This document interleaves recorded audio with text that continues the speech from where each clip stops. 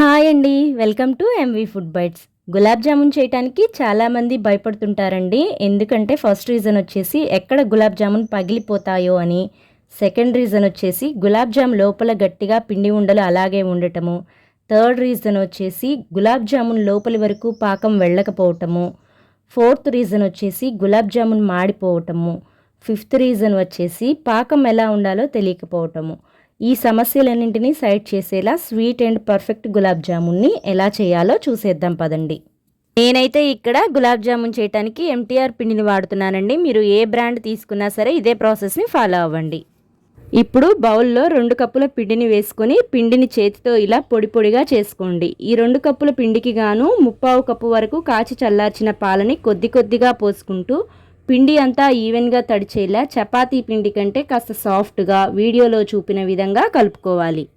నాకైతే ఇక్కడ పిండి కలపటానికి 1/2 కప్పు నుండి 1/4 కప్పు వరకు పాలు సరిపోయాయండి. 1/2 కప్పు 1/4 కప్పు అనే కంటే కూడా చపాతీ పిండి కంటే కాస్త సాఫ్ట్గా, చేతికి కూడా పిండి కొద్దిగా స్టిక్కీగా అంటుకునేంత సాఫ్ట్గా కలిపిన తర్వాత ఇప్పుడు చేతికి కొద్దిగా నేతిని అప్లై చేసుకొని పిండిని మరలా ఒక్కసారి నీట్ చేసుకోవాలి.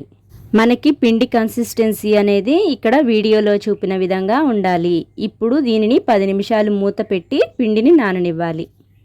ఈలోపు గులాబ్ జామున్ పాకం కోసము లోతుగా ఉండే గిన్నె తీసుకొని 2 కప్పుల పిండికి గాను మనం ఏ కప్పుతో అయితే పిండిని కొలుచుకున్నామో అదే కప్పుతో 4 కప్పుల వరకు పంచదార వేసుకోవాలి. ఇక్కడ నేను చెప్పే టిప్స్, మెజర్మెంట్స్ అన్నింటినీ కూడా యాజ్ ఇట్ ఈస్గా ఫాలో అవ్వండి. మీరు ఎప్పుడు చేసినా perfect failed proof juicy gulab జామున్ని చేసేయచ్చు. ఇప్పుడు ఇందులోకి 4 కప్పుల పంచదారకి గాను 3.5 కప్పుల వరకు వాటర్ పోసి గరిటెతో కలుపుకుంటూ పంచదార అంతా కరిగిన తర్వాత మాత్రమే పాకంని 4 to 5 minutes ఉడికిస్తే చాలు. ఇప్పుడు చేతితో ఇలా పాకం పట్టుకొని చూస్తే స్టిక్కీగా ఉండాలి అంతే, ఎలాంటి పాకం రావాల్సిన పని లేదు. తర్వాత ఇందులోకి ఫ్లేవర్ కోసం కొద్దిగా యాలకుల పొడిని వేసుకోవాలి. మనం ముందే ఎందుకు పాకాన్ని రెడీ చేసుకున్నామంటే మనం గులాబ్ జామున్ చేసిన వెంటనే వేడివేడి పాకంలో వేస్తే అవి మరీ సాఫ్ట్గా అయిపోయి మ్యాషీగా అయిపోతాయి. మనం గులాబ్ జామున్ వేసేటప్పుడు పాకం అంత వేడిగా ఉండాల్సిన అవసరం లేదు, లైట్ వేడి ఉంటే సరిపోతుంది. అంతేకాదండి, పంచదార ఒకసారి పాకంలో కరిగిన తర్వాత 4 to 5 minutes పాకాన్ని ఉడికిస్తే చాలు. ఎక్కువసేపు ఉడికిస్తే తీగ పాకం వచ్చేసి గులాబ్ జామున్ లోపలి వరకు పాకం పీల్చుకోదండి. సో ఈ టిప్ని కూడా మర్చిపోవద్దు. ఇప్పుడు స్టవ్ ఆఫ్ చేసి పాకాన్ని పక్కనుంచాలి. తరువాత మనం 10 నిమిషాలు ముందుగా నానపెట్టిన పిండిని మరలా ఒక్కసారి ఎయిర్ గ్యాప్స్ పోయే విధంగా వీడియోలో చూపిన విధంగా 2 చేతులతో పిండిని విడదీసి మరలా ఒక్కసారి కలపాలి.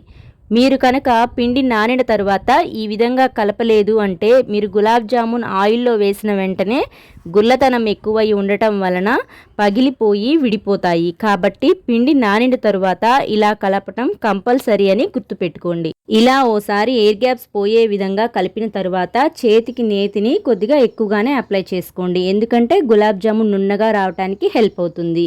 మీరు ఏ సైజు గులాబ్ జామున్ కావాలనుకుంటే అంత సైజు పిండి ముద్దను తీసుకోండి. నేనైతే ఇక్కడ పెద్ద సైజువే చేస్తున్నానండి. మీరు కనుక ఫస్ట్ టైం చేస్తున్న వారైతే చిన్న సైజు పిండి ముద్దని స్పూన్తో తీసుకొని అన్నీ ఒకే సైజులో ఉండేలా చేసుకోండి. అప్పుడు మీకు మరింత బాగా క్రాక్స్ లేకుండా వస్తాయి. ఇక్కడ బాల్స్ ఇలా రోల్ చేసేటప్పుడు ఫస్ట్ కాస్త గట్టిగా ప్రెస్ చేస్తూ తర్వాత కాస్త జెంటిల్గా నున్నగా ఇలా వీడియోలో చూపిన విధంగా రోల్ చేసుకోండి. అప్పుడు మీకు ఎక్కడ క్రాక్స్ అనేవి రావు. ఇదే విధంగా అన్ని బాల్స్ని వీలైనంత ఫాస్ట్గా పిండి డ్రై అవ్వకుండా రోల్ చేసుకోండి. మీరు స్లోగా చేస్తున్నట్లయితే పిండి అనేది డ్రై అవ్వకుండా ఒక కాటన్ క్లాత్ని తడిపి గట్టిగా పిండి బాల్స్ మీద కప్పండి. అప్పుడు మీకు బాల్స్ అనేవి డ్రై అవ్వవు. ఇప్పుడు బాండీలో గులాబ్ జామున్ మునిగే వరకు డీప్ ఫ్రైకి సరిపడా ఆయిల్ పెట్టుకొని హీట్ అవ్వనివ్వాలి. మనకి ఇక్కడ గులాబ్ జామున్ వేపటానికి ఆయిల్ హీట్ అనేది మోడరేట్ హీట్లో ఉండాలండి. ఆయిల్ కనుక లో హీట్లో ఉంటే మనం వేసే గులాబ్ జామున్స్ క్రాక్ వచ్చే అవకాశం ఉంది. అలా అని ఆయిల్ ఎక్కువ హీట్లో ఉంటే కనుక గులాబ్ జామున్ పైన కలర్ వచ్చినప్పటికీ లోపల పిండి అనేది సరిగా ఉడకకపోగా జామున్స్ లోపల ఉండనేది మిగిలిపోతుంది. మీకు ఆయిల్ హీట్ అనేది తెలియటం కోసం ముందుగా ఒక చిన్న పిండి ముద్దని వేసుకోండి. అది వెంటనే పైకి వచ్చేయకుండా స్లోగా పైకి వచ్చి రోల్ అయిన తర్వాత మీరు జామున్ వేసుకోవచ్చు. అంతేకాదండి, మనం ఆయిల్ని 1 వంతు తీసుకుంటే గులాబ్ జామున్స్ని 1/2 వంతు మాత్రమే ఆయిల్లో డీప్ ఫ్రై చేసుకోవాలండి. మరి ఆయిల్కి సరిపోయేంత ఇరుకుగా జామున్స్ని వేయకూడదండి. ఇలా వేయటం వల్ల మనకి ఆయిల్ హీట్ అనేది జామున్స్కి సరిపోక క్రాక్స్ వచ్చే అవకాశం ఉంది.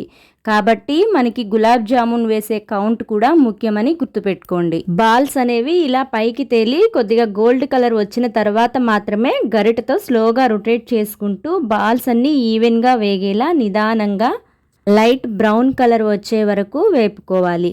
ఇదే విధంగా అన్ని బాల్స్ని వేపుకొని ప్లేట్లోకి తీసుకొని అన్నింటినీ ఒకేసారి లైట్ హీట్లో ఉన్న పాకంలో వేసుకోవాలి. మీకు ఒకవేళ పాకం అనేది వేడి తగ్గితే ఒకసారి మళ్ళీ వేడి చేసిన తర్వాత బాల్స్ని వేయండి. ఇప్పుడు వీటన్నింటినీ పాకంలో మునిగేలా గరిటతో ప్రెస్ చేసి గిన్నె పైన మూత పెట్టి మొత్తం కవర్ చేయకుండా కొద్దిగా గ్యాప్ ఇచ్చి కవర్ చేయండి.